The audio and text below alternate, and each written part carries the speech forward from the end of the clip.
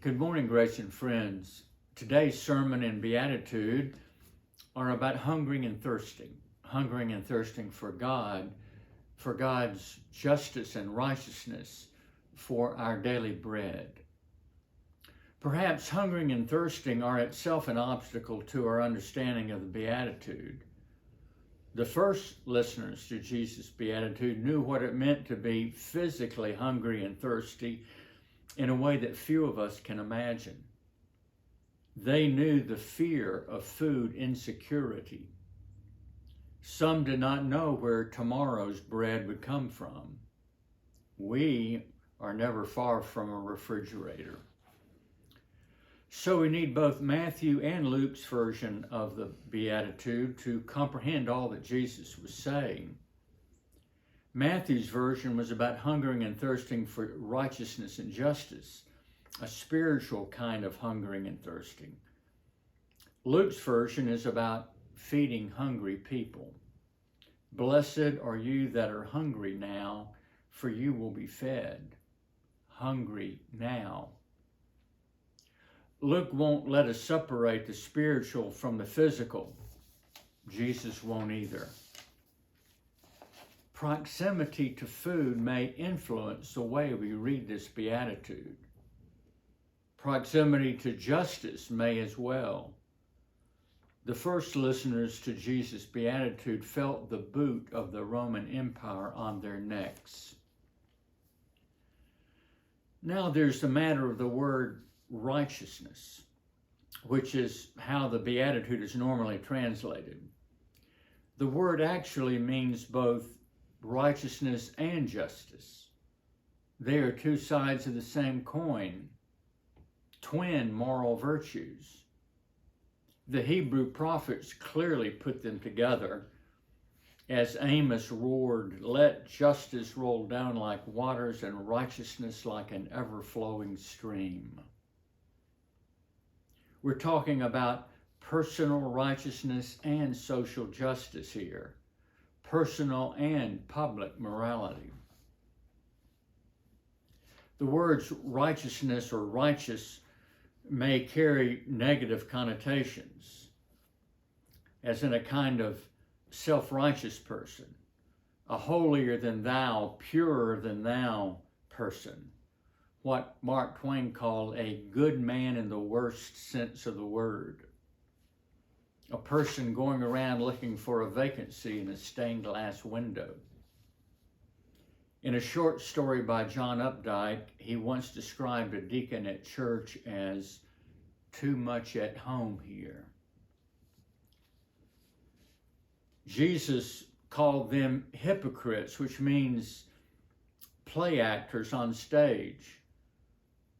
They pray on street corners to be praised by others. They blow a trumpet when they give alms to the poor. I heard a story of a young woman who took her friend to church one day and pointed out to her a stained glass window. She said, "My grandfather gave that window to the church anonymously." My guess is that the gift was not too anonymous. So we back away from the word righteous. But true personal righteousness has to do with things like telling the truth, not cheating at work, being loyal to a friend. Do you ever yearn to be a better person? Then you know what this beatitude means. A Hawaiian minister friend told me this week that the Hawaiian national motto is, "The life of the land is perpetuated in righteousness." Righteousness as in things like goodness and fairness and order and wholeness. Righteousness sustains life.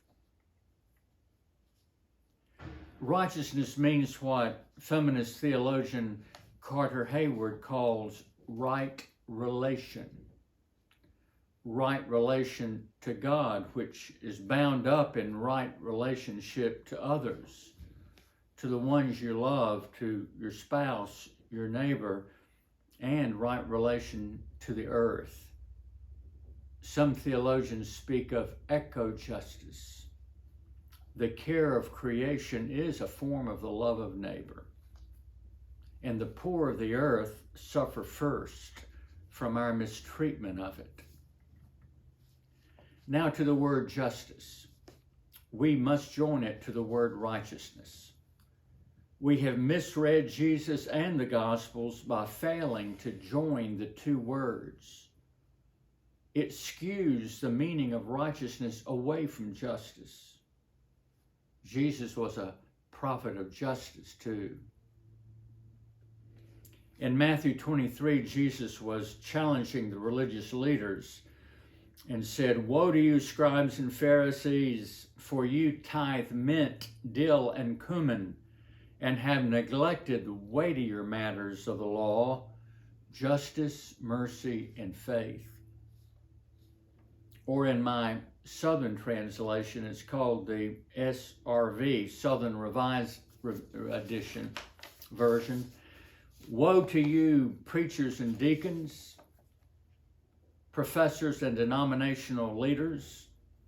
You leave a little tip for God and neglect the truly important matters of God's teaching, justice, mercy, and faith."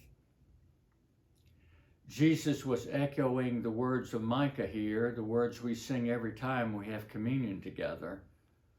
What does the Lord require of you but to do justice and love mercy and walk humbly with your God? But justice and righteousness are more than moral ideals. They are the very power of God moving into our lives and the life of the world. They are God's rolling down waters, God's ever-flowing stream. We may try to thwart the waters of justice and righteousness, dam them up, but they are ever-flowing waters, and the river will meet the sea.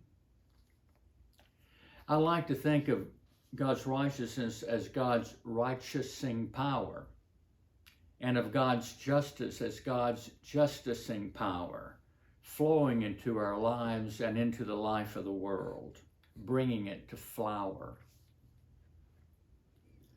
So we are called to be partners with God in God's desire for righteousness and justice. And as the song goes, "Let it begin in me." Someone observed, "Beware the person who wants to change the world, but is uninterested in changing themselves." When we truly pray, "Thy kingdom come," something in our little kingdoms begins to crumble. So now we move to the second part of the beatitude, "For they will be satisfied," fed, filled. Both the spiritually hungry and the physically hungry will be fed. Fed by whom? God, yes, and by God through us. When Jesus fed the 5,000, where did he start? What did he start with? A young boy's 2 loaves and 5 fish, the staples of the Near Eastern diet. Jesus did not conjure them out of thin air. The boy offered them, and Jesus multiplied them. He's doing it all the time through us. We also address the social structures and structures of sin in the world, which keep so many in the world poor and hungry. We not only rescue the people drowning at the bottom of the stream, we go upstream to say why they are falling in. In the year 258, the governor of Rome approached a young deacon of the Church of Rome. His name was Lawrence. He demanded that the deacon collect all the riches of the church and give them to him, and he gave them 3 days to do it. So what did the young deacon do? He used the 3 days giving away as much of the church's money as he could to the poor.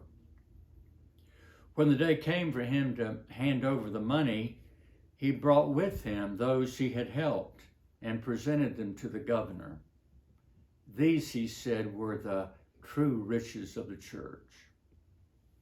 The governor was not amused and had him sentenced to death, but Lawrence embodied this beatitude.